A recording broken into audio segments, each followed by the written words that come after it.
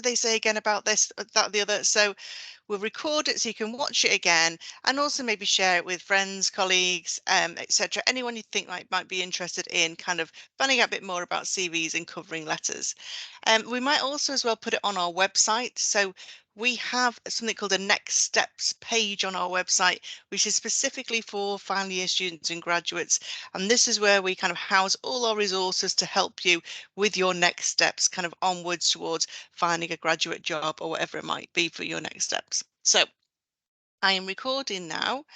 Let me just move on here. So these are aims of the session. So by the end of the session, hopefully you will be able to know what to include on your CV, what to leave out. There may be things that you're not quite sure about, so please ask us about those.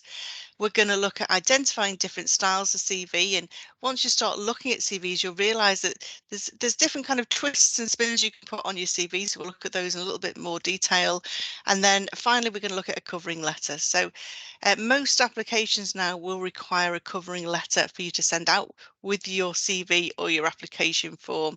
Not all, but a lot of them will do, and it's just a way of introducing yourself really and explaining why you want the role. So there are aims for the session today.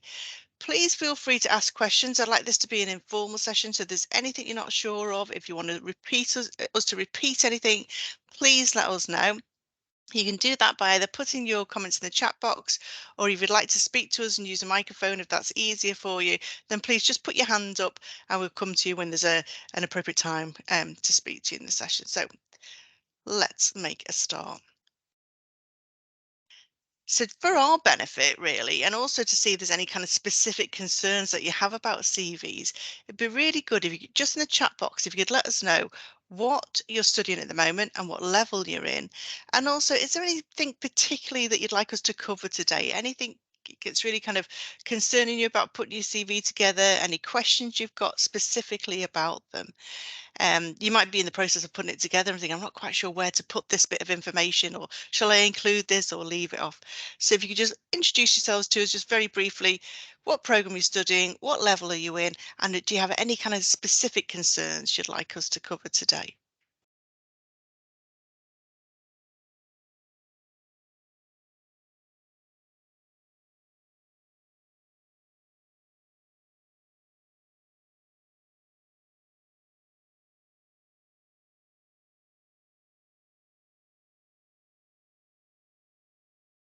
So I can see lots of people typing,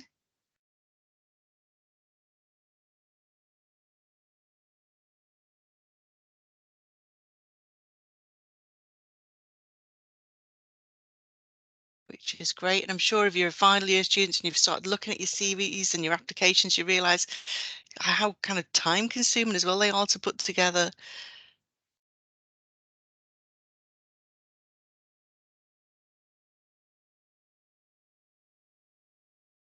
Brilliant. So somebody's doing an MA in education, like advice about how to highlight your research and analytical skills. Yep, lovely. We'll have a look at those for you, Kate.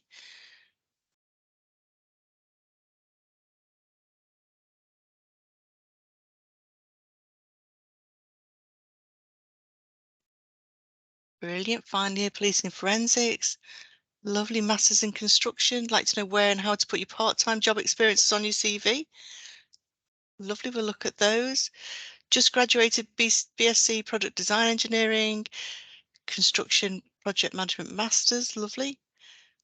Final year just about doing animal behaviour.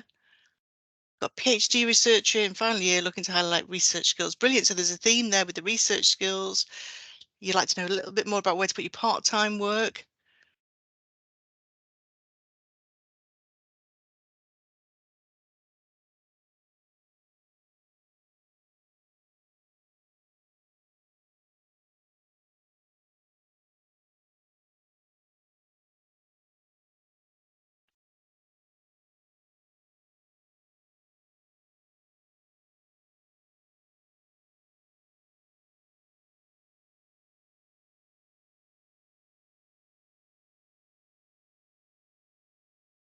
Okay, I can see a few more people typing there. What I will do, oh, here we go. Let's have a look.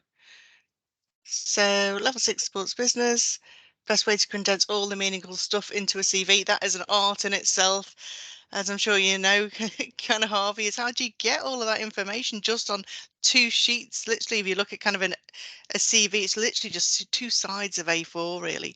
So, no matter how much experience you have, so you might have loads, you've got to kind of squash it all down to fit onto those two sides. Or if you haven't got enough, which is another common problem as well, is how do you populate those two sides of A4? How do you fill them up if you feel like you haven't got that much to offer? Okay, brilliant. Somebody just finished their architectural technician degree. Thank you all ever so much. It's great. It gives me an annual, a kind of an overview of where you're all up to really and what it is that you'd like us to focus on. So let's go through the session and hopefully we'll cover all your kind of concerns as we go through. Now, before you go for any job, so whether you're putting a CV together, if you're filling in an application form, when you go for interview, you really do need to do your research. And when I say research, I mean into these three areas particularly. So, first of all, know the job. So when you apply for a job, generally speaking, you're sent two pieces of information. So the first one is a job description, which tells you all about the job itself. So it will tell you about the role, the duties, the responsibilities of the post holder, so whoever does that job. And you're also sent the person specification. And the person specification is where they will tell you all about the knowledge, the experience, the skills, the qualities, etc., the training that you have to be able to do that job. So you need those two pieces of information really to help you really tailor your application. Whether that's a CV or whether that's an application form, they really are your kind of blueprint. They're what you really need to refer to. And particularly when you ask questions like, why do you want the job? Your kind of job description and person specification, if you know that really, really well, you can kind of pick out bits that really interest you and mention them specifically in your kind of your application forms, your interviews, or even on your CV to show that you have a genuine interest in that job. The other thing to bear in mind, particularly with larger organisations, is they want you to be successful. They want to find the right candidates. So what you'll find is, generally speaking, on their website, is they'll have a career section, and you tend to find this right down at the bottom of their home page. There's usually a link to careers, where they'll give you advice and guidance about the application process. So it's well worth looking at that, reading the information and advice that they give you when you're putting your kind of your CV together or your application form together. So know about the job. Secondly, know about you. Because this is what the kind of whole art of putting a CV together is, being able to match with what you have with what their employer is looking for. So be aware about your skills, kind of know what experience that you have, be familiar with your knowledge, and make sure you've got evidence to back up your skills. So anyone can say that they're good at communication or problem solving or team working, but it's having the specific evidence that's going to really kind of back things up and prove that you can do things. So make sure you've got examples that you can talk about. And then finally, and this is a stage that a lot of people kind of miss out really, is do your research into the organization. So know who you're applying for. Make sure you know kind of what their main products are, their main services, who their competitors are, who their customers are, maybe things like where they're located, what their mission, culture, and values are. And you can generally get this information just from a bit of desktop research, so looking at their website, even looking at business news, just find out a bit about them. Because organizations want to know that you have a genuine interest in their job and a genuine interest in working for them. And if you've done the research, it will really come across. So if you do research in these three areas before you start, you're already going to get yourself ahead from a lot of people who apply for positions. So, first of all, just to ask you, you may have a CV already, you may be in the process of putting one together, but what are the main kind of sections that you've come across it or you think should be included on a CV? Just pop them in the chat box for us. So, what are the kind of main sections that you'd expect to find on a CV? And it would be great if you could just put those in the chat box for us.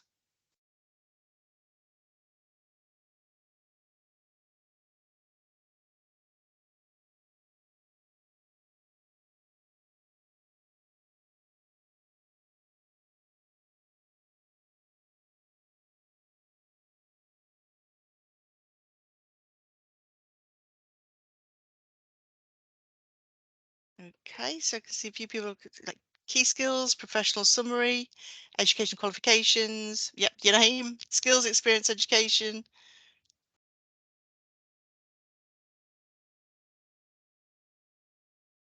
Yep, experience. Yep, all good stuff, all things that you would expect to find on the CV. So let's have a quick look then at kind of where these are and what kind of bits of information you need to include in each of these different sections. So personal information, as you've quite rightly said there, you need your name, your address, your telephone number. So we need to know kind of who you are and how to get hold of you. And generally speaking, this information is right at the top of your CV. That's the most kind of logical place to put it because that's where people are going to look if they need to get hold of you, they need to find out where you're based. That is kind of the place to put your details. So what you need is your name, big and bold at the top, then your name, your address underneath, and then your email address, telephone number, LinkedIn URL if you want to include that on there as well. With names, you can kind of, I would recommend putting kind of what you would like to be called. So, for example, my full name is Victoria, but I'd hate that to be on my CV. So I just call myself Vicky on my CV. So Vicky Farrell. But whatever you are comfortable with, put your name there, your address, and your email stroke kind of telephone number underneath. Then underneath that, usually what's included now is a personal profile. So these are great when they're written well and they're authentic and they describe you. Um, Sometimes people say they're not great if they're kind of too twee, if they're just copy and pasted from the internet. So if you're going to include a personal profile, make sure that you write it about yourself. Make sure it's a true reflection of you.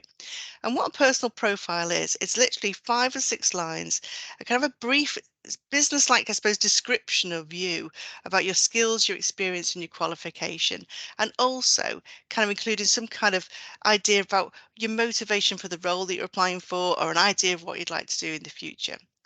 And if you're wondering about kind of how to structure your profile, a good way to do it is to describe kind of what you're doing at the moment. So it could be I'm a final year geography student at Liverpool John Moores University. Maybe give a bit of information about what you've done in the past. So I've got experience in, or I've developed skills in this area, and then what you'd like to do in the future. So now seeking a position within the area of whatever it might be. So what you're doing in the present, what you've done in the past, and then what you'd like to do in the future as well. It's a fine art getting it right. I don't know what you think, Anya, but it is a fine art getting this kind of personal profile right. So it's worthwhile while spending time on, but it's the only part of your CV where you can use actual kind of full sentences and you can describe yourself in a bit of detail as well. So that's personal profile. Next thing that would come on your CV is whatever you're doing now. So looking at everybody who's here today, you're all studying at the moment. So the next thing that would come would be your PhD, your degree, your master's qualification. So whatever you're doing at the moment. Um, and with this, what you'd have is your qualification, where you're studying and the dates. And then underneath, again, a brief description about what that involves. And particularly with regards to degrees, because you may be studying history at this university, at Liverpool John Moores University, but if you did it at history at Manchester Met, you may cover different things. It may be done in a different way. So give a brief description about your qualification and what it is that you're kind of covering, key modules, particularly if they're relevant to the job that you're applying for. And also if you're doing a final year project or a final year dissertation, give a bit of information about that as well. You've spent at least 3 years of your life working on your degree, so kind of really get that message across, the kind of I suppose the detail that you've had to put into the qualification that you're studying for. Um, all of your CV should be structured in reverse chronological order. So that means most recent things first. So for example, if you're doing your kind of you're setting out your education section and you have got a master's degree or you're studying for your PhD, that'd come first, and then you'd work kind of backwards through what the qualification was that you did before that and then before that. So that's the kind of general structure really. Underneath that would be maybe your work experience. So this is sometimes called employment history. It can be um, work history. If you'd like to have a combination of work experience that's unpaid and paid, you might want to call it a work experience section. You might want to split it up into 2 different sections. So you've got an employment history, which means the paid work that you've done, and a work experience section, which could be the unpaid work that you've done. In this section, again, the way you set it out would be your role, the organisation where you work, and the dates. And you really want to again get across your kind of any positions of responsibility that you had, any achievements. And again, give a little bit of depth and detail in there. You might want to include key skills that you developed. You might want to give a bit more information about kind of what the role was that you were doing. And generally speaking, you give kind of more weight to the most recent roles that you've had. So you've had lots of different kind of work experience. You probably describe the most recent one in the most detail, and then maybe it's slightly less for the other kind of roles that you've had. And then finally, we've got skills, and skills kind of need to be mentioned on your CV in some capacity. Now, some people like to have a separate skills section. So what they'll do is kind of give very kind of brief information about education qualifications and their work experience and maybe voluntary experience, and then have a separate skills section where they pull out all of the key transferable skills that are common to the experiences that they've had and describe them in more detail and give more kind of specific evidence about them. Other people like to scatter their skills around their CV and put them in the relevant sections. So if you're talking about work experience, they might want to kind of mention that they've got customer service skills, communication skills from that experience.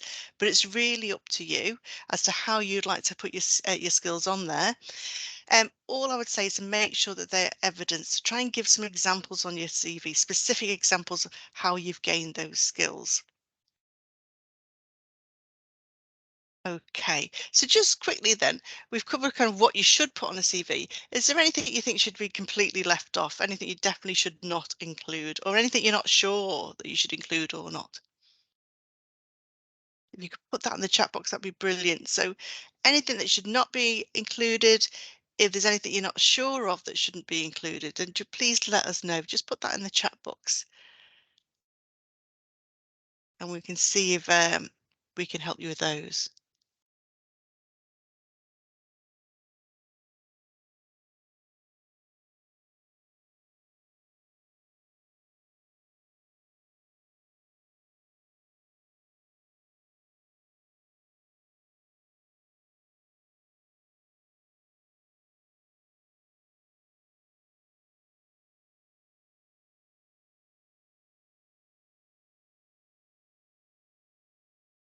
Yep, Bexley says, should Word, PowerPoint, Excel be included?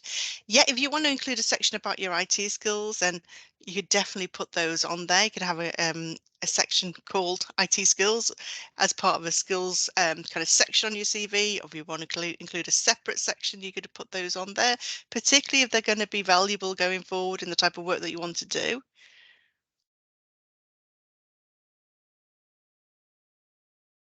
Would you agree, Anya? Is that what you'd... I would, yeah. So you know, many job roles are kind of generally office based, or where you just need to have sort of a good basic skill level of IT. So if you think of our jobs, for example, you know, we work on the computer all day, we communicate with people by email. You know, you put a lot of like training sessions together that are being, you know, you're using PowerPoint or beautiful AI or sort of different things. So I suppose there can be specific IT skills relevant for a particular job, but I would say there's a general expectation from all employers that you're able to use sort of standard kind of MS Office software. So I would say it's always useful to include. Brilliant. Membership of a professional body?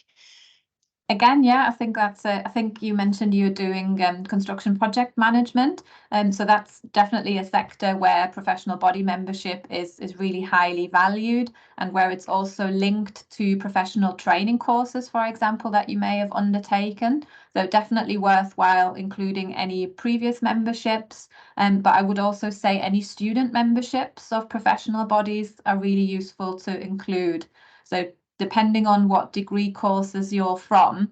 There were a couple from sort of built environment and engineering, for example. For those degree backgrounds, your degree is usually actually accredited by a professional body as well. So that's useful to mention in the education section. But also, if you have joined your professional body or society as a student member, it's usually free whilst you're a full-time student, or can sometimes be free for a year as a graduate as well. those are really useful to include in a separate section on your CV under sort of professional memberships, or if you've just got the one, it can go into your interests and other information as well. So they're great to include because it shows an enthusiasm for your sector, a commitment to have a career in this field. So definitely include those on your CV as well. Okay, brilliant. Thank you for that. Um, Other things that you should definitely not include on your CV are things like your age or your date of birth. So we are all protected by ageism legislation nowadays. So no one should be able to be classed as being too old or too young to do a job, really. And organisations can't advertise for young, enthusiastic graduates. They're not allowed to do things like that. So you can take your age off and your date of birth. Also, any unnecessary personal information, don't feel that you have to share this information with people who you don't know, basically, with an employer. So, um, your marital status, your religion, if you've got children, your political preferences should have no bearing on how well you can do a job. So, don't feel that you have to share that information with them. Next is lies. It sounds quite brutal, but don't be tempted to say you can do things that you can't, or to fabricate qualifications. And I'm sure you wouldn't do this. Um, but when you do start a job, if you are successful in getting one, you usually do have to provide kind of certification to prove you have the qualifications that you have. And also, it's a job of the interview to an extent to just fact check and make sure you can do what you say you can do. So you will probably be slipped up at somewhere along the process if you are tempted to kind of lie. On your CV. And also, the other thing to say is please make sure that you don't have spelling mistakes on a CV or kind of grammatical errors.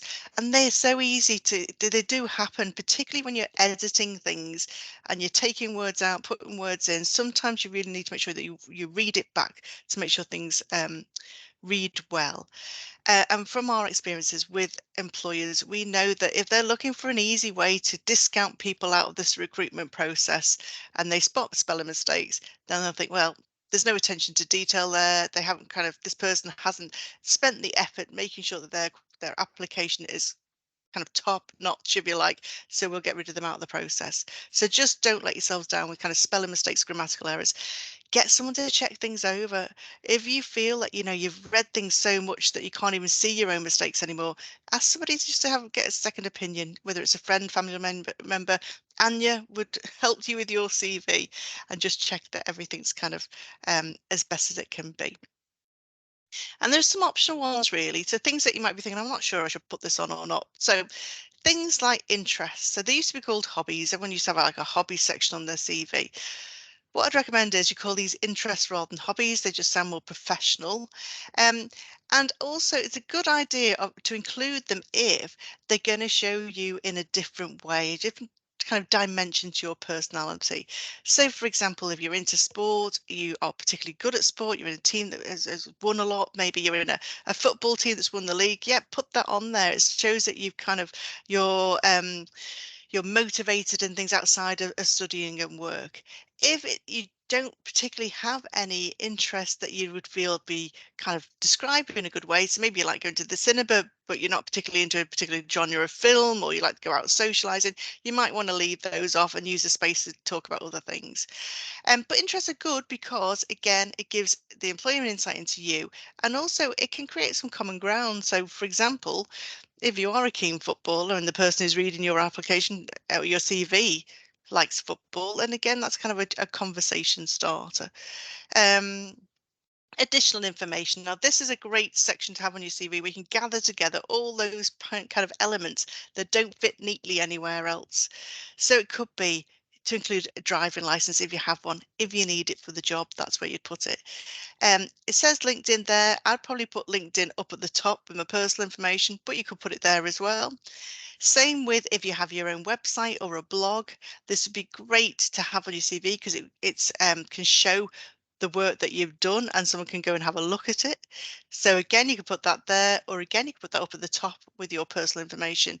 Additional languages spoken, other training that you've taken part in that doesn't kind of fit neatly with your degree, etc. This is such a good kind of catch-all section for those types of things.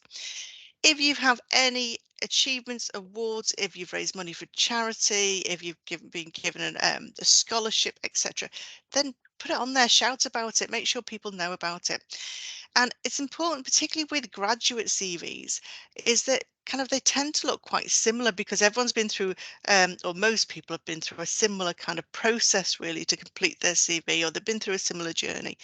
So if you've got anything that's going to make you stand out differently for the right reasons, then I would put them on your CV. And then lastly, we've got references. Generally speaking, you need two for a job, one academic and one from an employer.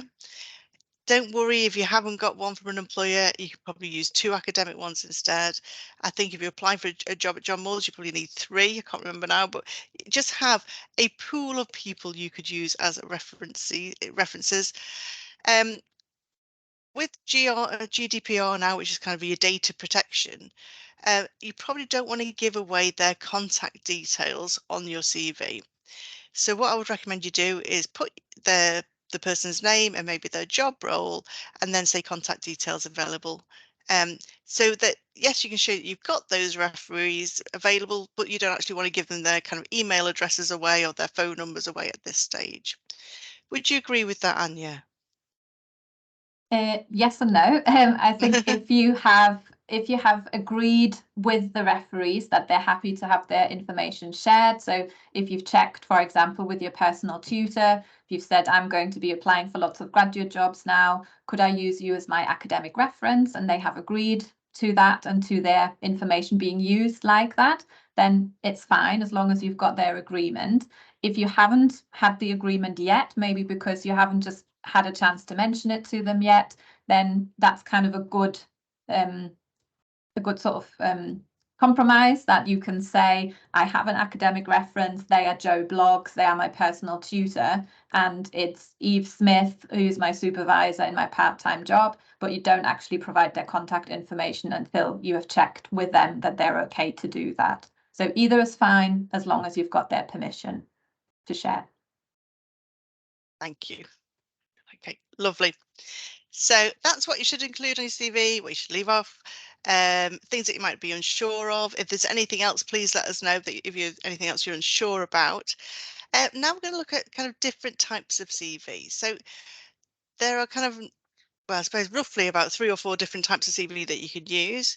The most traditional is that reverse chronological CV. So this is where everything is set out in time order, if you like. So you start off with what you're doing at the moment and you work backwards from there. So you'd start off with your degree, your PhD, master's, whatever it might be, go through your kind of education, your work experience, etc.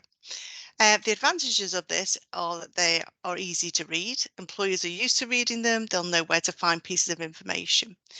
The disadvantages are that they tend to be the most common type of CV. So the chances are your CV might look like 10 other people's CVs. And particularly if you're tempted to use a template on Word, the chances are if you found that, so have 50 other people. So I would recommend if you're putting your CV together, use your own style. Don't use a template from Word if you can do.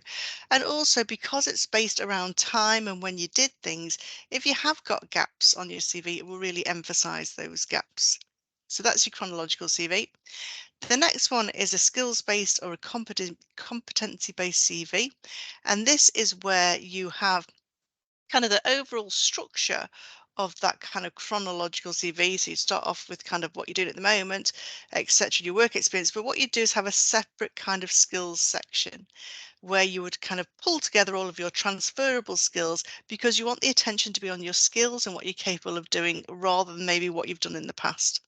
Now, this is really useful if you're moving into a new field. So say, for example, you spent the last 3 years studying law and you think, I don't want to do law anymore. I want to work in marketing.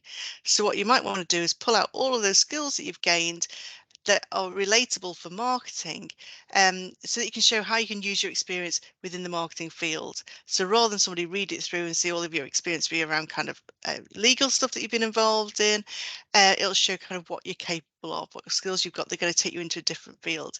It's also really good for people who've got loads of experience and just need to kind of really focus on what they can do rather than kind of their experiences from the past. But it does require a little bit more preparation. And there's nothing to stop you having both of those. You could have a chronological CV and a skills-based one if you have time for that. Then we've got academic CVs, and they're only to be used for academic jobs, and there's slightly different kind of rules with academic CVs. And there's also creative CVs that tend to be used in creative fields where you want to kind of demonstrate your creativity and how your CV actually looks. So they're the different types. Anya is going to talk us through now 2 examples that we've got up here. So over to you, Anya. Thanks, Vicky. Yeah, we just thought before we kind of move on, it might be useful just to show you a couple of examples to help illustrate some of the points that Vicky has just highlighted and talked you through. So what you see on your screen in front of you now is an example of that reverse chronological style that Vicky has mentioned. You can see in terms of the size of the individual sections that the relevant experience, in this case, the legal experience, is the one biggest section of your CV. So in our example scenario here, we're looking at a graduate from a law degree who are looking to apply for an entry-level position within the legal sector. So they're looking for a paralegal position as kind of like a legal assistant. So the fact that they have been very proactive alongside their studies to undertake work experience within the legal sector through summer internships, and they've also had an ongoing position as a voluntary legal advisor in a charity in the Citizens Advice Bureau. That's already given them plenty of experience of carrying out the sort of tasks and responsibilities that they would have in the role that they are applying for now. So the message that this style of CV gives to the employer on this occasion is, I can do the job because I've done it before, or I've done lots of elements of the job before. So they're using this style of CV to illustrate their suitability for the job, mostly on the strength of their experience and also the learning from their degree. So you can see those are the 2 most prominent sections and where they sort of spend the most space on outlining those. So that is obviously a real advantage if you have relevant experience already. But in reality, when students come towards the end of their degree, it's very common for people to have work experience not in the sector that they would like to work in, or that they have very limited experience of the sector that they would like to work in. So this format isn't necessarily going to be suitable for all recent graduates. Probably predominantly the case if you have had like a year-long placement, for example, or a number of summer internships, or like an ongoing part-time job that was relevant to the sector that you would like to work in. Don't worry if that's not you, because we'll show you another example in a moment of how you can still show your suitability for the job.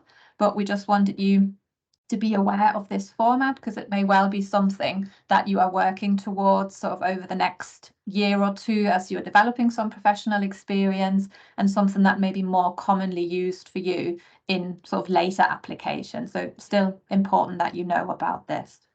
If you move on to the next page, Vicky, please. So this style that you see in front of you now is more of that kind of skills-based CV or competency-based CV that Vicky has also mentioned. And the application of this is predominantly either for recent graduates, like many of you are here today, who are taking the sort of first step in their professional career in a particular sector. But it can also be used, as Vicky has mentioned, if you have a variety of different experiences or for kind of career changes as well. Because the focus of this, as you can see, if you look at what the biggest section on this CV is, it's the skills profile. The advantage of this is that you can effectively show yourself to be suitable for a job without the need that you have to have done the job before, because the focus is on what are the skills that are needed to do this job. So in contrast to the reverse chronological CV that we've just looked at, the message is not, I can do this job because I've done it before, but the message becomes, I can do the job. I have the potential to do this job really well because I have the skills that are needed to do it. Okay, so this is probably going to be a really useful format to use for many of you who've not maybe had opportunities to do lots of work experience in the sector that you want to go into. So hopefully you'll kind of find it reassuring that there's actually a format for you as well.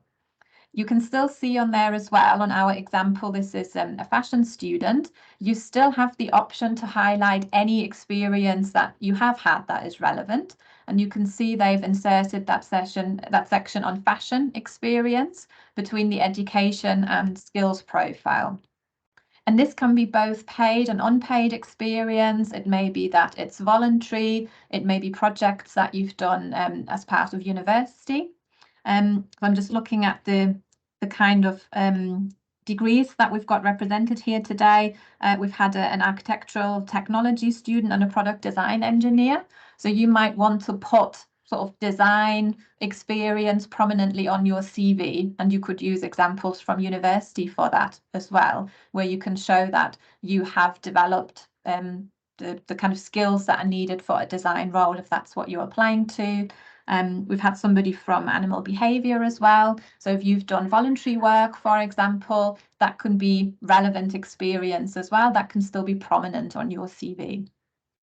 The one downside of this format is that you can see the skills profile does tend to take over.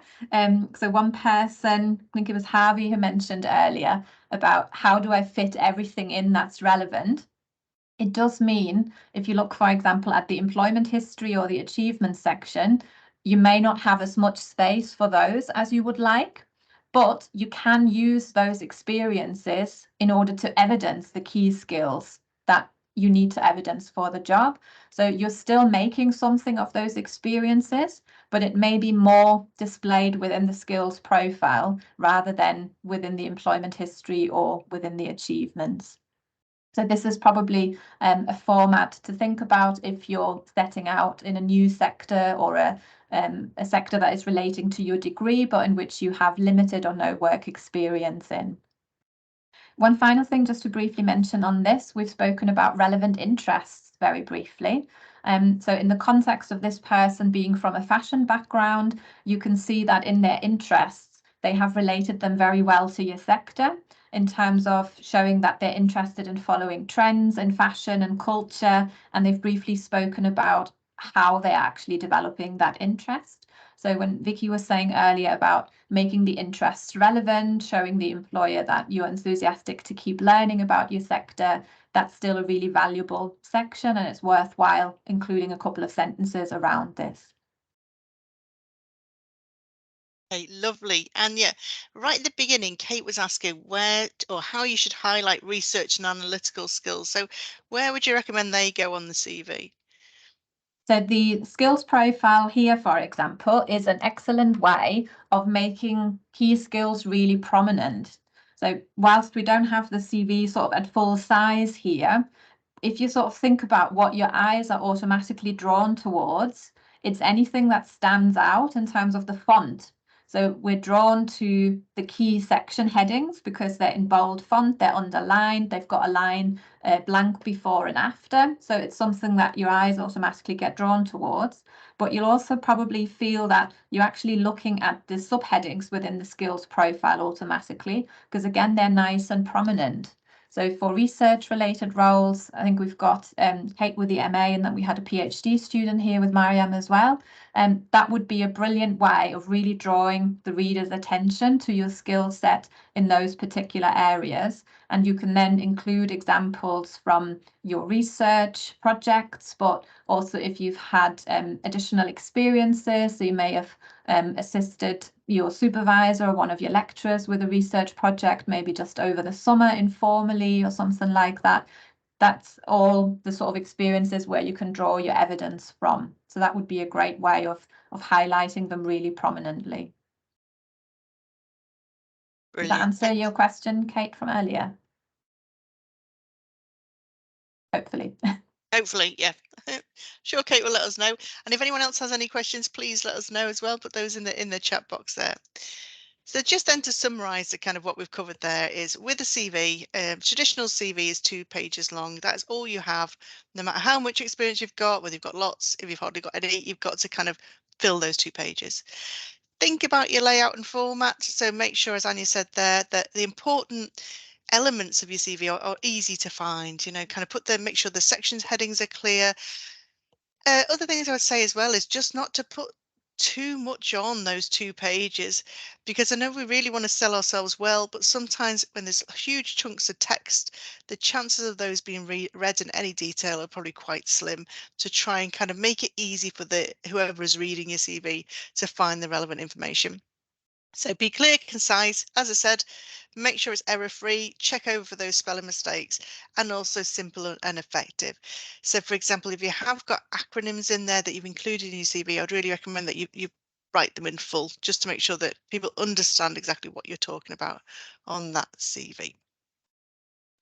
So, other things to bear in mind are just how you describe things, really. And one of the things I would recommend that you do is to use active language, because it just clarifies things and it makes you, I suppose, the kind of the subject of the sentence, and it makes you kind of, it sounds more proactive, more professional, more interesting to read. So by that, what I mean is, so rather than say, for example, I worked on a project, you could say I created a project, I initiated it, I designed, I delivered it, etc. So just by changing the language that you use and the way that you kind of format your sentences, you can really make your examples come alive more. And it also shows more about the kind of the depths of experience that you've had with something. I can send you, sorry, I forgot to say, we'll send you a copy of these slides. You can look back over them and you can see those kind of CVs examples. And I'll also send you some examples of some kind of action words that you can use on your CV and action language. Other things you can do to just kind of, again, make your examples come alive a bit more is to quantify things. So if you can include kind of numbers, figures, durations in your examples, it will give them more kind of credibility. It will make them appear more realistic. So, for example, if you've worked in a team, as it says there, you know, how many people did you work with? So you led a team of 5 students in a design project for which we were awarded a first class mark. So be specific about things. If you worked on a project, how long was it for? Have you had to write a dissertation? How many words was it? Was the dissertation for, etc. So really try and put those numbers, those figures, durations into your kind of examples. And when it comes to tailoring your CV, this is a really important kind of point to remember, is every CV you send off for a job must be tailored to that particular role. So you can't kind of put a CV together now, whether it's a traditional one or a skills-based one, and think that's it, job done. I'll send that off to everybody. Every time, every job you apply for, your kind of application has to be tailored to that particular job. So read the job description, the person specification, look for what the employer is looking for, and make sure these skills are explicit on your CV. So just to show you an example here, this is an example person specification. So if you remember at the beginning, I said this is what would tell you about the education that you need to do the job, the experience, the abilities that you need to do the job, and also any kind of skills that you need as well. And as you can see, some of these are listed as being essential and some of them are listed as being desirable. Now, usually to get through to the next stage of the recruitment process, you must at least meet all of those essential criteria. So what you want to do on your CV or on your covering letter is to make sure you mention all of these essential criteria and be explicit, be shameless about it. So for example, if, for example, here they're asking about communication skills, both written and verbal, then make sure you mention that kind of written communication skills, verbal communication skills on your CV. And this could be an example of how you would include it. So you'd literally have the title, if this was a skills-based CV, written communication, and then some examples underneath about how you know you're good at written communication, so specific examples. The same with verbal communication. So how, you provided examples there of how you know you're good at verbal communication, for example, working in Starbucks, working on a project, etc. Other places you can really kind of tailor to make sure that you sell your skills and knowledge for the role in the best way possible is even right at the start, even in that personal profile, mention those key skills that the employer is looking for. So if they're again looking for team working skills, you can say, I have extensive experience of working in teams whilst working at Starbucks or wherever it might be, or in university group projects or whatever it might be. Right at the beginning of your CV, you can do that in your personal profile. Again, you can pull those elements out in your education section. So worked on a group project while studying for on this module or whatever it might be. Again, in that key skills section, and again in your work experience section. So you could really highlight your kind of experience that's relevant to the role and any key skills that are relevant for the role in these particular sections here. Now you might think, oh, I don't know what skills I've got to offer. Really, I'm not sure what I can sell to people. But just by undertaking your degree, you will have a huge range of different skills that you can include. Things like research, critical thinking, these are considered to be higher level skills that probably people who haven't done a degree wouldn't necessarily have. So these are what sets you apart from other people. You've also naturally have cover problem solving, communication, self-motivation, just by going through the process of studying your degree. So you can mention these on your CV. And similarly, if you've ever had any kind of part-time role, full-time role, you again will have a whole host of skills to bring into this. For example, as a sales assistant, you'll have customer service, working under pressure, numeracy skills, kind of communication skills again. So you will have, I'm sure, so many skills that you can highlight on your CV. And if you're really, really not sure what to include or what you're good at, if you go onto our Career Zone 24/7, which is our kind of careers website within our careers website, which I can and signpost you to, there is something called a strengths assessment exercise on there where you can go through, answer some questions about what you like doing, and it'll give you a full list of what your strengths are. And it's a good starting point there to if anything, build your confidence and know that you have a lot of strengths that you can offer to an employer. So I'm now going to hand you over to Anya, and she's going to look at the other experience that you can add to a CV. Yeah. So as Vicky mentioned earlier, it can be a challenge if you have lots of things on your CV, but one of the most common concerns that I get from students when they come for a one-to-one is also, what if I don't have enough on my CV? So how can I actually show a prospective future employer that I'm motivated to work in my sector? You're still kind of one of the cohorts that have been partly affected by an absence of work experience during COVID as well. So you may have concerns that you just haven't had the opportunities to do as much as kind of previous graduate cohorts or future ones. So if you're kind of looking for some inspiration of what could I actually add to my CV, either because you are concerned that there's not enough on it already, or because you want to get some inspiration on how can I show an employer that I'm kind of passionate about my sector, or just more generally that I have a commitment to keep learning. So whether it's stated as like a specific requirement on a job advert or not, most employers that are employing graduates or sort of early careers professionals are generally looking for people to have a commitment to keep learning. So these suggestions here are just a few ideas of how you can demonstrate that on your CV. So if I start on the top right and go clockwise, so it could be any new skill. It could be languages in the linguistic sense or in the programming languages sense. So whilst you may not necessarily want to apply for a technical role, the ability to code is becoming sort of a desirable or sought after skill in many sectors that are not specifically related to IT, because it can be a way of making tasks more efficient, for example. So if you have started to work on learning a new skill, put that on your CV. It may go into your skills profile if it's relevant, or just more generally into your interest and activity section, for example. We've got volunteering and charity work on here as well. So this might potentially be relevant for your sector.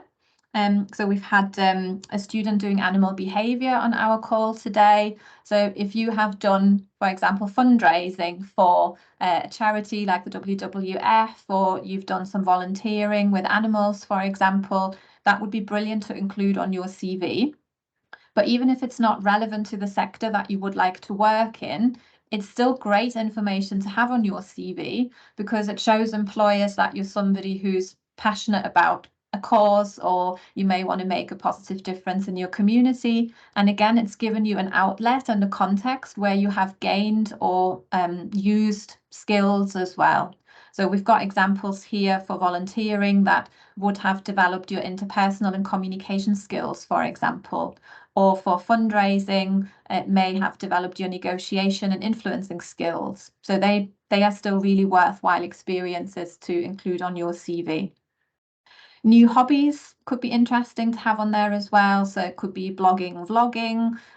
Vicky mentioned sports as sort of a good outlet to show skills earlier already, but even something that may be not relevant to the job, like learning to cook, setting up a book club, that anything that just kind of gives an employer a little bit of a glimpse more around your personality, your personal interests. These are the sort of things that they'll know they can chat to you on a Monday morning, kind of over a cup of coffee or at the water cooler. So it still sort of shows just a little bit of your personality and gives your application a bit of a personal touch alongside all of the professional information. Now, I've mentioned earlier that during COVID, a lot of traditional work experiences have not been available, but one kind of new development that has emerged from that is that actually virtual work experiences have become more widely available. There are a couple of different providers. We've just mentioned two of them here, and I will put the links into the chat before we finish today, but I just wanted to highlight two of them. The Bright Network offers virtual experiences every summer. So these are coming up in June, and the applications for those are open now. They go across 6 different sectors. So they are around business operations and marketing, commercial law, financial services, investment banking and technology, but also covering public sector, policy and charity. So it's generally kind of something for everyone in there. They give you an opportunity to network with leading organizations from within those sector and also give you an experience of some live virtual project work as well. The Forage is another provider. They are more with on-demand experiences. So they're sort of short 4 or 5 hour virtual experiences that you work through in a self-directed fashion. So they're things that you could add to your CV as part of your interest, but also, for example, as part of relevant experience as well. And then the final point on here is around online courses. So there are lots and lots of opportunities for online learning where you can either, again, show an employer that you're enthusiastic about continuing your learning journey and picking up knowledge and skills for your sector. So again, we've got a couple of examples here. The first one, the MOOCs, is short for Massive Open Online Courses. So they are flexible opportunities for learning about a particular subject area or a particular skill. Webinars, they could be live webinars or they could be recordings from webinars, maybe on YouTube, for example, from professional societies or organizations, and then also any potential online events like online conferences, for example. So again, a great way potentially to network and to just enrich that part of your CV in terms of showing your enthusiasm for your career and commitment to your continuous development now that you've potentially finished university. Okay, next slide, please, Vicky. So one thing that we just briefly wanted to cover is sort of a little bit of a new trend for video applications. So some companies have started to kind of incorporate this as part of their sort of more traditional online application. Some organizations that use apps for the application have actually completely replaced their traditional application process with this. It's still sort of more of a handful of employers rather than that this has become sort of established across all sectors, but may potentially be like a real growth area going forward as well. So we just thought it'd be worthwhile to sort of cover this briefly. So you see a screenshot here of how this could look on an application form. So tell us in a short video why we should pick you for this placement. The recording times given are usually relatively short, so kind of like a minute or two. So it's just kind of a way to give a bit more of a personal touch to your applications, but maybe also to keep them authentic. There's been a lot of growth in AI enabled technology, so things like ChatGPT, for example, which a lot of our enterprising students have already been using to write parts of their CV or to get them like a draft of a cover letter started. So there may be a concern from employers that this might actually sort of not give an authentic representation of the candidate, and they might look potentially for some alternative ways of ensuring that, like a video application. Can you just go to the next slide, please, Vicky? So we've got a couple of top tips for this.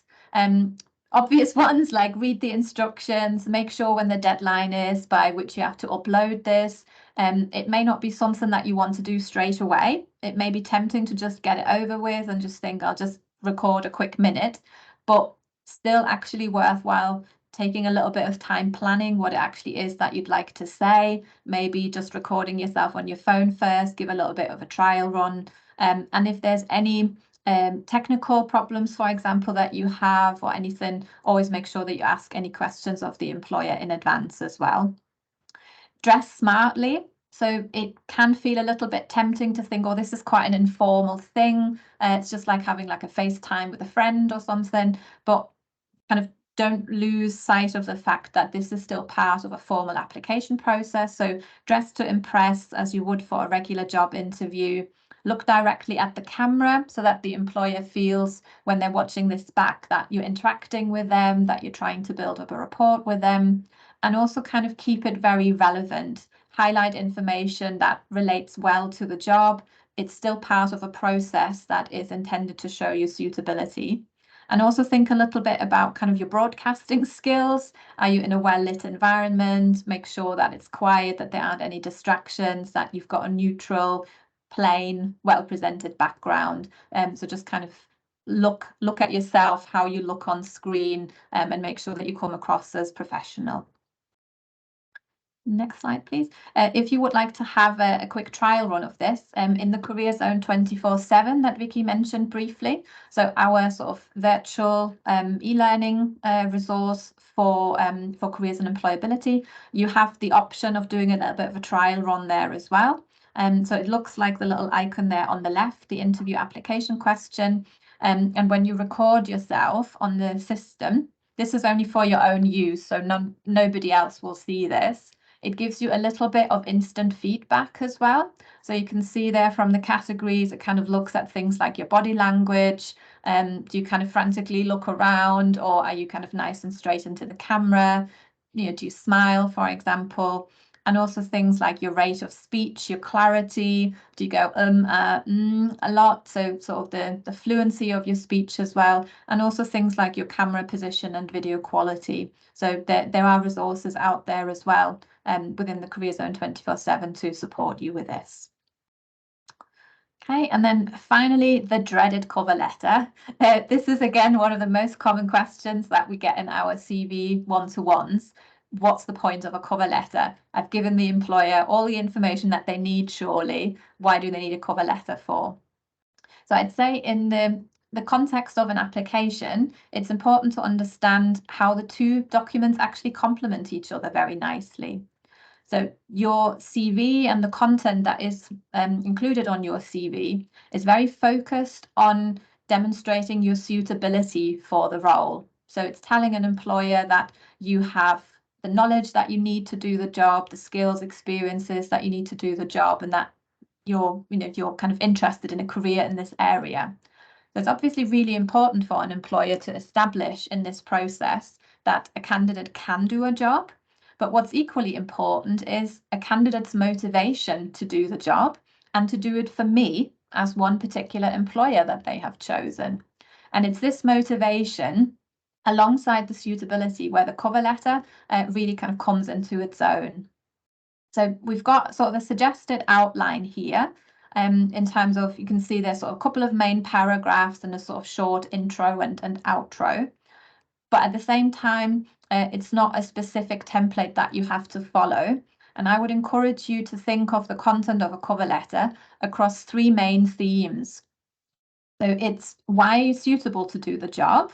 So this is where you can cross-reference to your CV or your application form and show how the skills or experiences or interests that you've mentioned on your CV. Show how they relate to the job that you're applying for. Second theme, think about what appeals to you about doing this job. So are there any particular elements that you would really enjoy because you've learned about them at university or you've done them before, or there may be elements that you're unfamiliar with but that you would really love to learn about. So give me something concrete in the cover letter around your motivation to do this particular job. And then finally, tell me why you want to do it for me. So what is it about this particular employer that appeals to you? And there are no right or wrong answers for this. It could be absolutely anything. So from the people that we've got on the session today, there's a few that were from built environment and engineering backgrounds. So your sectors are very heavily project based. So you might want to pick out one or two projects that this company is currently delivering or has done recently, and you want to show your interest in doing similar things or working with similar clients, for example. I think we've had somebody from sport business. So if you would apply for a role within the sports sector, you could write about sort of your interest in the specific sports that this organization is promoting, for example, or clients that you would be working for. But it can also be about much broader things. So it could be around an organization's corporate values or their commitment to sustainability, for example. So you might want to create a personal link as to why you would be a good match to the organization. Okay. I think that's yeah, so we're open for any questions now. I know you sort of put a couple in the chat that we've already answered. So for any other things that we sort of introduced you to today or discussed, if you would either like to put them in the chat or if you want to put your hand up and then ask us the question live. Any questions, fire away, please.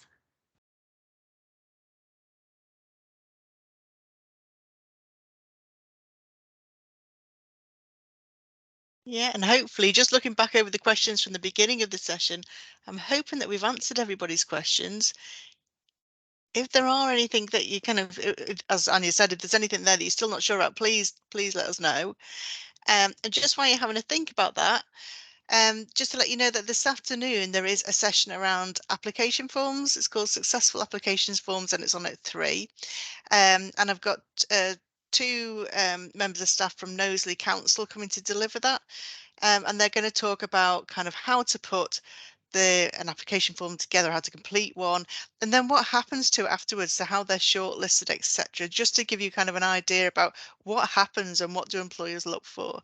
And it's really important because CVs, yes, are undoubtedly important. We all need to be able to have a CV, but to be honest, a lot of applications are made by application form. A lot of employers ask for you to complete an application form. So it's probably best to cover everything, really. Have a CV and also know how to complete an application form as well. So it doesn't look like we've got any questions, and I am so sorry that we've overrun slightly on our session today, but hopefully you found the advice useful. What I will do is send a copy of the slides to everybody and also a link to the recording so you can kind of watch bits back that if you'd like to. And Anya, can you tell us a little bit about kind of what support your team could maybe offer everybody? Yeah, of course. Just before I do that, I just wanted to highlight as well, you may have kind of had the pings on your chat already, but I've just put a selection of links in from the earlier slide that was kind of around what else can I include on my CV if I've got gaps in terms of like experiences in the sector that I would like to enter, or just to show that sort of general commitment and willingness to learn. So the links to both the Bright Network virtual experience and to Forage are on there, and then just a couple of platforms as well where you can do some free online learning as well. So just to highlight what these were for. In terms of the support that we can provide, some of it you can just do sort of independently. There's a lot of resources as part of our Career Zone 24/7 that we've already given a plug to a number of times.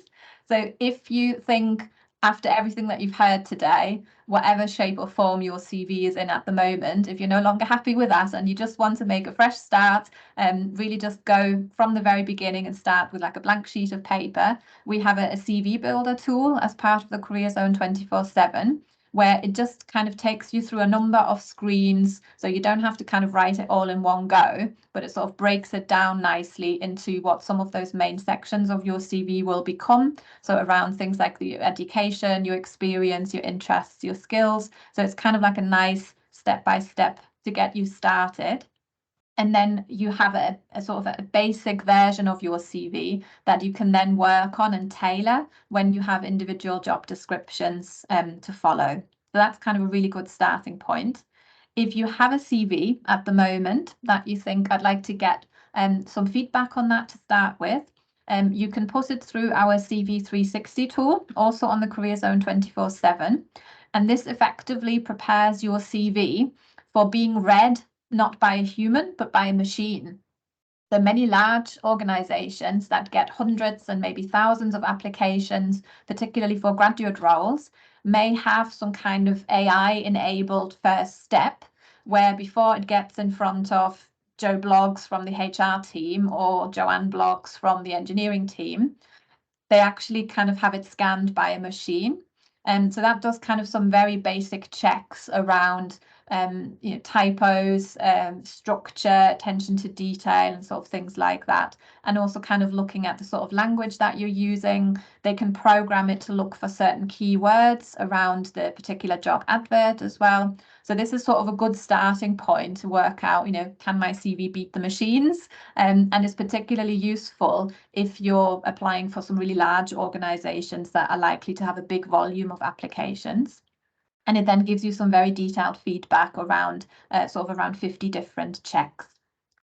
If you would like your CV to be reviewed by a human being, so that's myself and my colleagues from the Career and Employability Advisors, we offer one-to-ones, either face-to-face on campus or through MS Teams reviews as well. So that would be sort of a CV review around what it is that you would like to apply for. So it can be around a specific sector, it can be for a specific role or organization. So where we can look over your CV and give you very specific feedback and recommendations. Are you selling yourself well? Should you be talking more or less about these and those experiences? And we can also support you with developing your CV. So if there are areas where you could add to, we can give you specific recommendations, for example, about relevant online courses or professional memberships.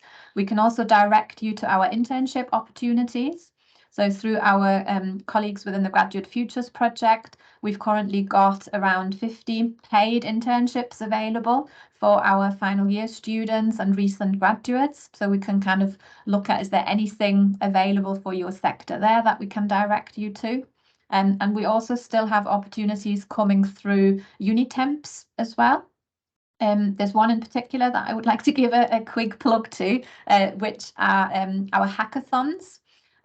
So for that, we've got they're paid opportunities for over 3 days.